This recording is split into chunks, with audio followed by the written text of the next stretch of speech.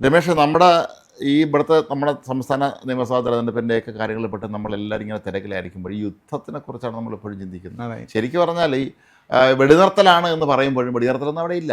ഇന്നലെയൊക്കെ തന്നെ അമേരിക്ക ഇറാനിനെ വീണ്ടും ആക്രമിച്ചിരിക്കുന്നു. യുഎഇയിലത്തേക്ക് ഇറാൻ രാവിലെ മെസ്സേജ് വെച്ചിരിക്കുന്നു. അതൊരു വലിയ സംഭവമാണ്. വീണ്ടും അറബ് രാഷ്ട്രങ്ങളുടെ കൂട്ടായ്മയിൽ നിന്ന് യുഎഇ പുറത്തു പോയതാണ്. അതെ, അത് ശക്തമായ സാധനം. ഇസ്രായേലിൻ്റെ സൈനിക സഹായങ്ങൾ അവർക്ക് ലഭിക്കുന്നുണ്ട്. ഒരുപക്ഷെ ഇത്തവണ അവർ നടത്തിയ ആക്രമണങ്ങളെ യുഎഇ നന്നായി ചെറുത്തു എന്നാണ് മനസ്സിലാകുന്നത്. പല ഡ്രോണുകളെയും അവർക്ക് ഇസ്രായേൽ യുഎഇക്ക് അവരുടെ അയൺ ഡോം ഉപയോഗിച്ച് തകർത്തു എന്നാണ്. അപ്പോൾ നമ്മൾ കുറച്ചും കൂടെ കോൺഫിഡൻ്റ് ആയ യുഎഇ ആണ് നമ്മൾ ഈ ഘട്ടത്തിൽ കാണുന്നത്. ആദ്യഘട്ടങ്ങൾ എല്ലാവരും ഭയന്ന് വരുന്നത്. കാരണം അവരൊന്നും രാജ്യം അവിടെ യുദ്ധം കണ്ടിട്ടില്ലല്ലോ.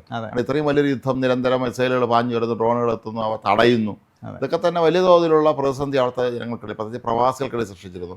നമ്മൾ മലയാളികളും അവിടെ ഒരുപാട് ഏറ്റവും ജോലിയൊന്നും അല്ലേ ഗൾഫ് രാജ്യങ്ങൾ. അമേരിക്ക ഇന്നലെയും പറഞ്ഞത് എത്രയും പെട്ടെന്ന് യുദ്ധം തീരുമെന്നാണ്. അതിന് ശേഷമാണ് ഈ യുഎഇയിൽ ഇറാൻ ആക്രമണം നടത്തുന്നത്. അല്ല, അതിന് മുമ്പ് അമേരിക്ക ചെയ്തത് ചില കപ്പലുകൾക്ക് നേരെ ഇറാൻ ആക്രമണം നടത്തിയതിന് തിരിച്ചടിക്കാൻ നൽകി.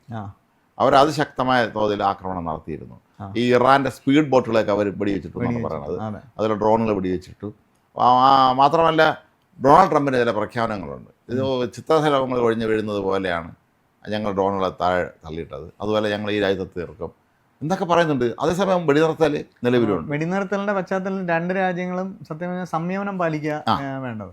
ഇപ്പോൾ ഹോർമുസ് കടലിടുക്കിൽ ഇന്ന് 1500 കപ്പലുകൾ ഇപ്പോഴും കുടുങ്ങിക്കിടക്കുന്നു എന്നാണ് പറയുന്നത്. 1500 കപ്പലുകൾ.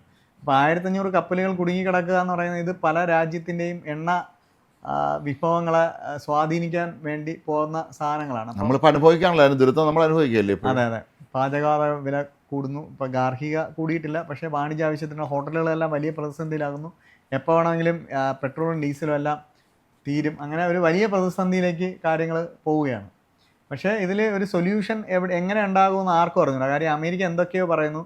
അമേരിക്കയ്ക്ക് ഇറാൻ കുറച്ച് ഡോക്യുമെന്റ് കൊടുത്തിരുന്നു ഈ സമാധാന. ഇതിന്റെ ഏറ്റവും വലിയ ഈ സമാധാന ശ്രമങ്ങൾ വിജയിക്കാത്തതിന്റെ ഒരു പ്രധാന കാരണം എപ്പോഴും മധ്യസ്ഥന വഹിക്കുന്ന രാജ്യം അതിശക്തമായിരിക്കണം. ഇത് പാകിസ്ഥാനെ പോലെ ദുർബല രാജ്യമാണ് ഇത് മധ്യസ്ഥത വഹിക്കുന്നത്. അതുകൊണ്ട് തന്നെ അവർക്ക് ഒന്നും മുട്ടിക്കാൻ പറ്റുന്നില്ല. കഞ്ഞൊടിക്കാൻ ഗതിയില്ലാത്ത ഈ പാകിസ്ഥാൻ എങ്ങനെയെങ്കിലും ചർച്ച നടത്തി വിജയിപ്പിച്ചിട്ടാണ് അതിന്റെ പേരും പറഞ്ഞത്. അപ്പൊ അവർക്ക് ഇതിനൊരു സമ്മർദ്ദ ശക്തിയായി അമേരിക്കയോ ഇറാനെയോ സമ്മർദ്ദം ചെലുത്തി ഒരു ഫോർമുലയിൽ കൊണ്ടുവരാൻ ഉള്ള കരുത്ത് ശരിക്കും എനിക്കൊന്നും ഏഷ്യൻ രാജ്യങ്ങൾ ഇന്ത്യക്ക് അതിൽ വലിയൊരു പങ്കുവയ്ക്കാൻ കഴിയും. ഇസ്രായേലും ലെബനനും തമ്മിൽ വെടിനിർത്തൽ ഉണ്ടായെങ്കിലും അത് പരാജയപ്പെട്ടു. പക്ഷെ അവിടെ മധ്യസ്ഥത വഹിച്ചത് അമേരിക്കയാണ്. അതുകൊണ്ട് തന്നെ അമേരിക്കയ്ക്ക് പലതും ഇൻസിസ്റ്റ് ചെയ്യാൻ പറ്റുമായിരുന്നു ഇവരുടെ അടുത്ത്. പക്ഷേ പാകിസ്ഥാൻ അത് പറ്റത്തില്ല. ഇവർ പറയുന്ന കേട്ടോണ്ടിരിക്കാനും ഇവർ പറയുന്ന ഫയലുകൾ അങ്ങോട്ടും ഇങ്ങോട്ടും മാറാനും മാത്രമേ പറ്റുന്നുള്ളൂ. അപ്പോൾ ഒരു മധ്യസ്ഥന്റെ റോള് ഉണ്ട്, കൃത്യമായ മധ്യസ്ഥൻ ആവശ്യമുണ്ട്. അപ്പോൾ മധ്യസ്ഥൻ എന്ന് പറഞ്ഞാൽ മധ്യസ്ഥന്റെ റോള് കൃത്യമായി ചെയ്യാൻ പറ്റുന്ന ഐക്യരാഷ്ട്രസഭയ്ക്കാണ്. പക്ഷെ ഐക്യരാഷ്ട്രസഭയെ കാര്യമില്ല. അപ്പോൾ അതുകൊണ്ടൊക്കെയാണ് ഇത് സംഭവിക്കുന്നത്. നമ്മൾ പണ്ട് തന്നെ ശശി തരൂരിന്റെ ഒരു അഭിമുഖം കണ്ടപ്പോൾ അന്ന് അദ്ദേഹം ജോലി ചെയ്യുമ്പം ഈ മേഖലകളിലൊക്കെ ഉണ്ടാകുന്ന യുദ്ധങ്ങളിൽ അല്ലെങ്കിൽ യുദ്ധസമാനമായ സാഹചര്യങ്ങളിൽ എങ്ങനെയാണ് ഐക്യരാഷ്ട്ര സംഘടനയുടെ ഉദ്യോഗസ്ഥർ ഇടപെട്ടതെന്ന് വ്യക്തമായി അദ്ദേഹം പറയുന്നുണ്ട് ഞാൻ ഒരു അഭിമുഖത്തിൽ. അപ്പോൾ അത്തരം ഇടപെടലുകൾ നടത്താനുള്ള ശേഷി ഐക്യരാഷ്ട്രസഭയ്ക്കില്ല. അതുകൊണ്ട് തന്നെ മധ്യസ്ഥന്റെ റോള് വളരെ സിമ്പിളായിട്ട് എടുക്കാൻ പറ്റുന്ന ഐക്യരാഷ്ട്രസഭയ്ക്കാണ്. അപ്പോൾ ഐക്യരാഷ്ട്രസഭയൊക്കെ മുന്നോട്ട് വന്നാൽ മാത്രമേ ഇത് നേരെ അവസാനിക്കുകയുള്ളൂ. അല്ല, ഈ നമ്മൾ ആഗോള സാമ്പത്തിക മാന്ദ്യം ഉണ്ടാവും എന്നുള്ള ഉറപ്പാണ് ഇങ്ങനെ പോവുകയാണ്. കാരണം ഇത് എണ്ണയും ഒന്നുമില്ല, ഒരു സാധനം ഒരിടത്ത് എത്തുന്നില്ല.